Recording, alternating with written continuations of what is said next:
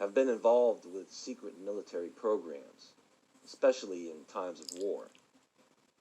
There seemed to be this race for the best technology back in the 40s and 50s. There's a story about the Soviets of the old regime who definitely took advantage of what they could get away with in that time period. It turns out that many of their secret experiments involved the use of dogs.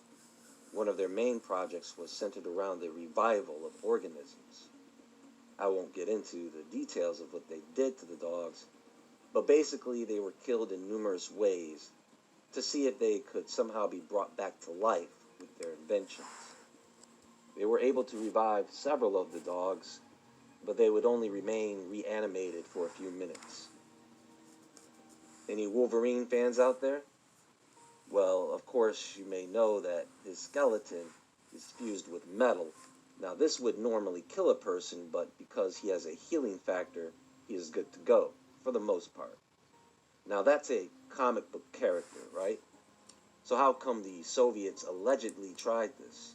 And from what I understand, they had volunteers. Somewhere between the mid-1930s and early 1940s, the Soviets created and ran a super soldier program, 300 volunteers. I know you can imagine what they attempted to accomplish. Again, this is a theory.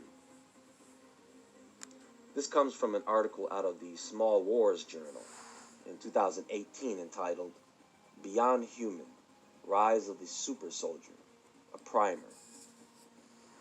In 2011, Russian media giant Pravda made controversial statements about super soldier experiments conducted on Russian volunteers as far back as World War II. It claimed that from 1936 to 1941, Soviet scientists implanted golden electrodes into the brains of hundreds of volunteers, thereby controlling the nerve centers to make them immune to pain.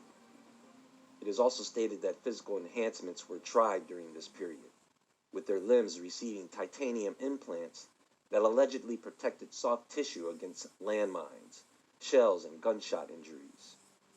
It alleged that these experiments were eventually deemed a failure, as the implants created tumors and the bones rejected the metal. While these claims have been rubbished by numerous commentators, there is legitimate research underway today along similar lines.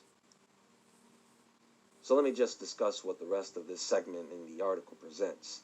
Now, back in 2017, there were reports that the U.S. military was investing $65 million into a development project that would allow humans to connect to the digital world using their brain.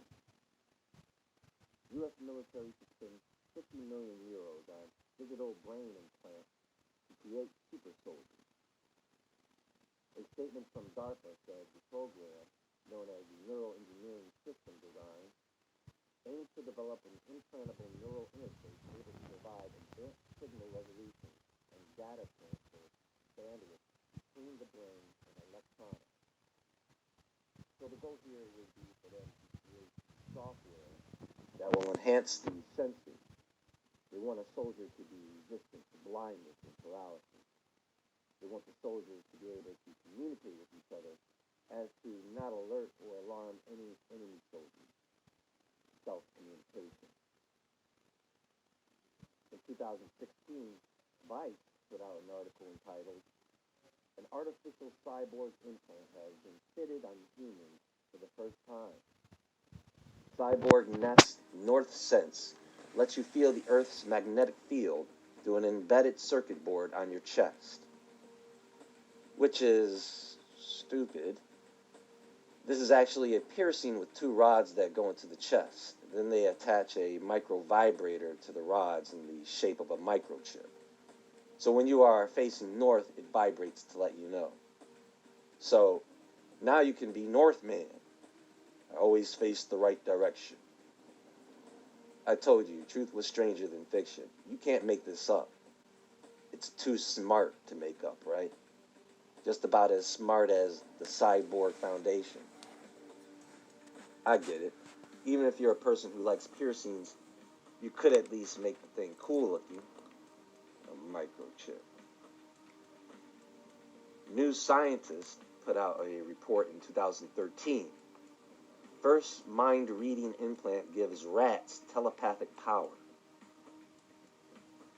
The world's first brain-to-brain connection has given rats the power to communicate by thought alone. Many people thought it could never happen, says Miguel Nicolelis at Duke University in Durham, North Carolina. Although monkeys have been able to control robots with their mind using brain-to-machine interfaces, work by Nicolelis' team has, for the first time, demonstrated a direct interface between two brains, with the rats able to share both motor and sensory information. See, nothing Elon Musk is doing is really new. Neuralink isn't new. Launching rockets isn't new. Autonomous vehicles aren't new. Digging tunnels isn't new. Flamethrowers aren't new. So nothing he says about future projects should be surprising to you. If this is what the U.S. is doing and has been doing, then what are the Russians doing? The U.S. has accused them of the same practices among other countries. And in the name of national defense, they will probably go as far as they can with this. When you see these things happening, you know that countries like the U.S. and Russia do not want to get left behind in the development of these types of technologies. And it seems that these countries like China, 2017, gene editing in China, beneficial science or engineering military threat? A gene editing technology that has already shown. You'll find examples of this technology throughout. According to the time of publishing these reports, this is old technology. We really have no idea of how far they have gotten and what they are going to show us next. We just have to make sure we are paying attention so that it doesn't become the news we missed. There's more madness to come, folks, so stay tuned. Until next time, everyone, stay awake, stay aware, stay safe.